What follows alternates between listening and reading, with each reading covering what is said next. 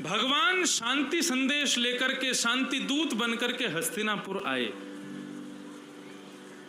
और भगवान ने आकर के दुर्योधन से कहा, दुर्योधन देखो, 5 पांडवों से युद्ध करने का मतलब समझ रहे हो तुम? कितनी सारी माताएं विधवा हो जाएंगी, कितने सारे बालक अनाथ हो जाएंगे, पूरी पृथ्वी खून से रंग जाएगी। अरे इससे अच्छा तो पूरे भारत पर तुम शासन करो, पांडवों को केवल 5 गांव दे दो रहने के लिए। दुर्योधन कहने लगा, महाराज, शरीर पर एक फुंसी को यदि रहने दिया जाए तो वो अनंत फुंसियों को जन्म दे सकती है। मैं पांडवों को 5 गांव नहीं दूंगा। सुच्चग्रैव न दास्यामि बिना युद्धेन केशव, सुई के नोक के बराबर जमीन भी बिना युद्ध के नहीं दूंगा। पांडव युद्ध कर लें और युद्ध में भारत जीत लें, 5 गांव क्यों, पूरा भारत दे दूंगा यदि जीत गए तो। भगवान की बात को मना कर दिया दुर्योधन ने।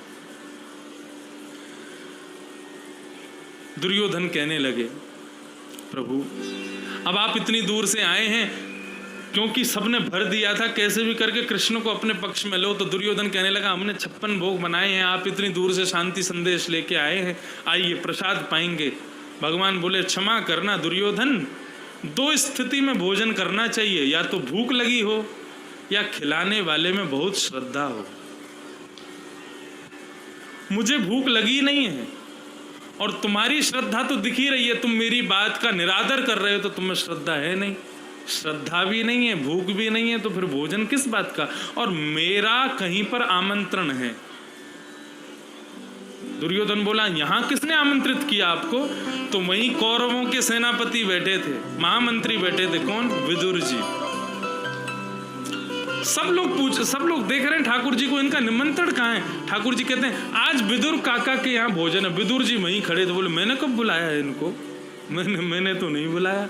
लेकिन तभी बोले कि अरे ये तो बोल रहे हैं आएंगे, तो इसका मतलब जरूर आएंगे। तुरंत चौकड़ी भर के भागे, सीधे गए अपने घर। विदुरानी से बोले, आज पता है क्या हुआ? भरी सभा में मेरी नाक ऊंची कर दी कन्हैया ने। सबके सामने बोले, मुझे तो विदुर काका ने अपने यहाँ भोजन पर बुलाया। देवी वो आ रहे होंगे, वो जरूर आएंगे, निश्चित आएंगे। तुम जल्दी तैयार हो जाओ और मैं बाजार से कुछ सामग्री लेके आता हूं, बढ़िया भोजन पकाओ। आज कन्हैया द्वारिकाधीश हमारे यहाँ भोजन करेंगे। विदुर जी कहीं गए थे। ठाकुर जी जैसे ही घर पहुंचे, विदुरानी स्नान कर रही थी। इतने में ठाकुर जी गेट पर जाकर के खटखटाने लगे, खोलो, जल्दी खोलो, द्वारिकाधीश आए हैं, जल्दी गेट खोलो। विदुरानी ने जैसे सुना द्वारिकाधीश आए हैं, अस्तव्यस्त वस्त्र धारण किए हैं। महाराज, अपने शरीर का ध्यान नहीं है, मैं कहां पैर रख रही हूं, कहां चल रही हूं, क्या कर रही हूं। जैसे ही द्वार खोला है, सामने सांवरे सलोने श्री द्वारिकाधीश खड़े। उनकी रूप माधुरी को देख करके विदुरानी मोहित हो गई। हाथ पकड़ करके लेकर के आई। बैठाने के लिए पाटा बिछाना था, सुध बुध खो चुकी है, उल्टा पाटा बिछा दिया। ठाकुर जी उल्टे पाटे पे बैठ गए। काकी जी बहुत तेज भूख लगी है, कुछ खिलाओ ना। कदली फल लेकर के आई, केले लेकर के आई और विदुरानी रूप माधुरी को देखती जा रही है। छिलका उतार उतार करके केले फेंकती जा रही है, छिलका देती जा रही है। ठाकुर जी भी प्रेम से छिलका पाते ही जा रहे हैं। इतने में ही विदुर जी महाराज आए। विदुर जी ने देखा दृश्य, क्या बगल में केलों का ढेर पड़ा है और ठाकुर जी छिलके खा रहे हैं, विदुरानी अपने हाथ से खिला रही है। सबसे ऊंची प्रेम सगाई दुर्योधन की मेवा त्यागी, दुर्योधन की मेवा त्यागी, साक विदुर घर खाई, सबसे ऊंची प्रेम सगाई। प्रेम के वश अर्जुन रथ हाँ क्यों, प्रेम के वश अर्जुन रथ हाँ क्यों, भूल गए ठकुराई, सबसे ऊंची प्रेम सगाई। आहा, ठाकुर जी प्रेम के प्यारे हैं। मोहन प्रेम बिना नहीं मिलता, चाहे कोटि कर लो उपाय।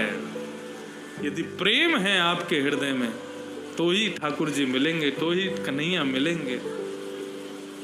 दुर्योधन के पास संपत्ति है लेकिन प्रेम नहीं है। रावण के पास ज्ञान है लेकिन प्रेम नहीं है। कंस के पास बल है लेकिन प्रेम नहीं है। सुदामा के पास कुछ भी नहीं है, केवल प्रेम है। ठाकुर जी पहुंच गए। प्रेम सबसे प्रिय है ठाकुर जी।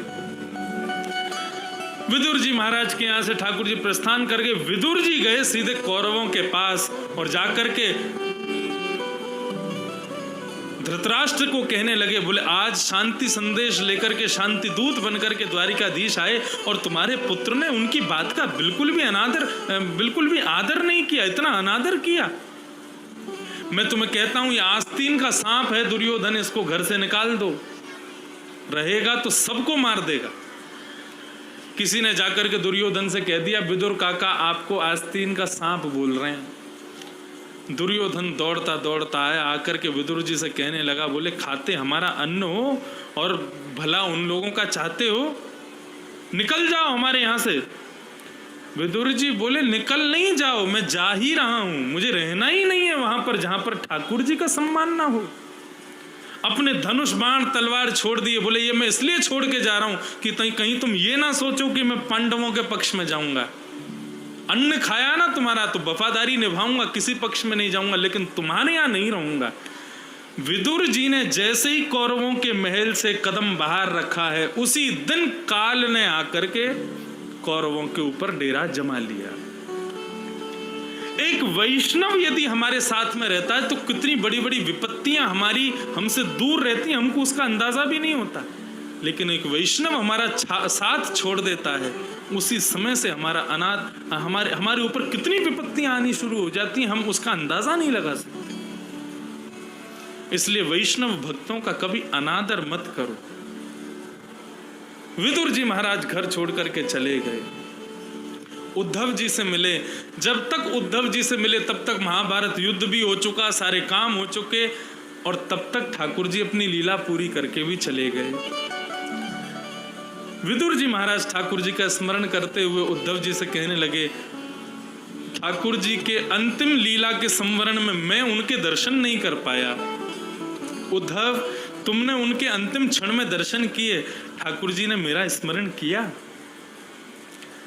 तब उद्धव कहते हैं, बोले ठाकुर जी हमको भागवत धर्म का उपदेश कर रहे थे जाने से पूर्व, तब बार बार कह रहे थे, अरे उद्धव मेरा विदुर यहाँ होता तो कितना आनंद आता।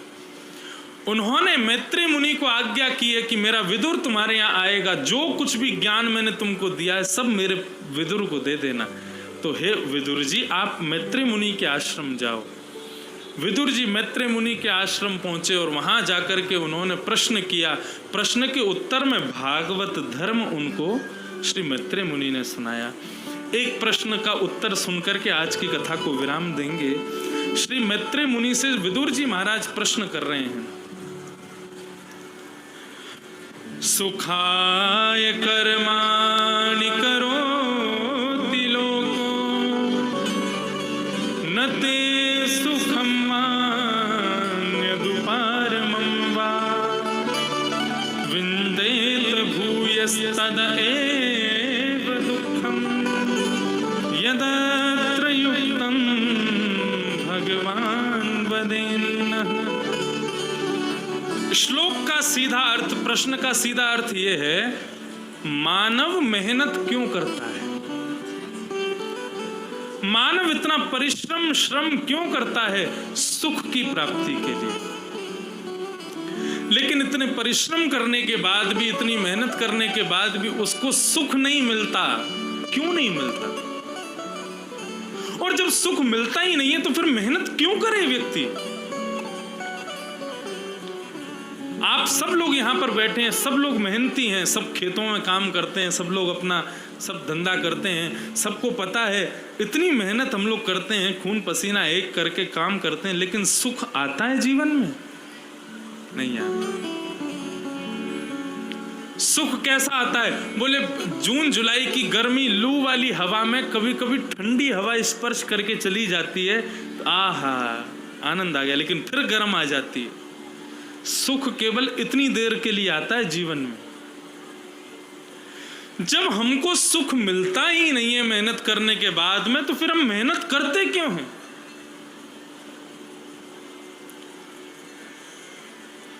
प्रश्न किया, सुख क्यों नहीं मिलता? इसका उत्तर देते हुए कहते हैं, बोले मानव कर्म बाद में करता है, फल पहले सोच लेता है।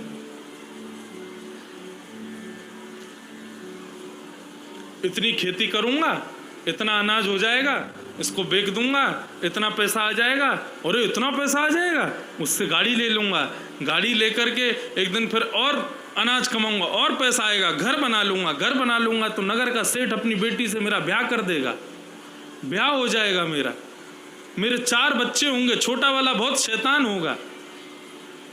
पहले से ही इतना सोच लेगा बाबड़े, तो फिर कुछ नहीं मिलेगा।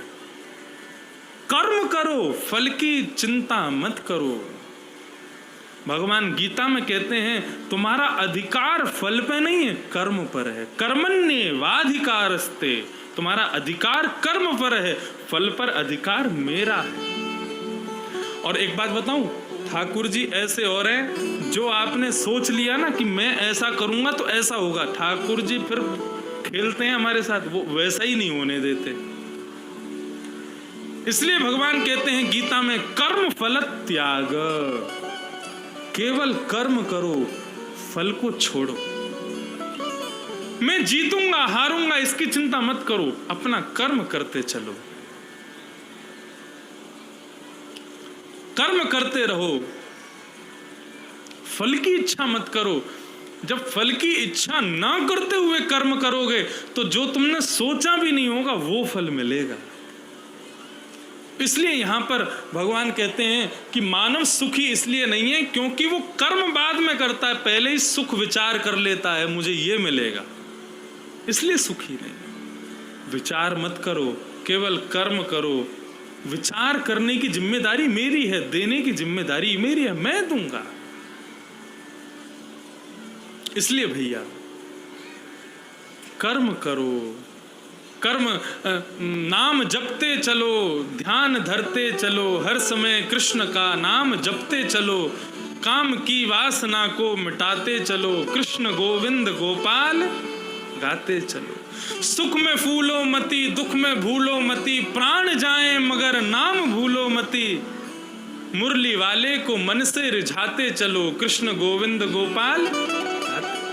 देखना इंद्रियों के ना घोड़े भगे, इनमें हरदम ये संयम के कोड़े पगे, अपने रथ को सुमारग लगाते चलो, कृष्ण गोविंद गोपाल गाते चलो।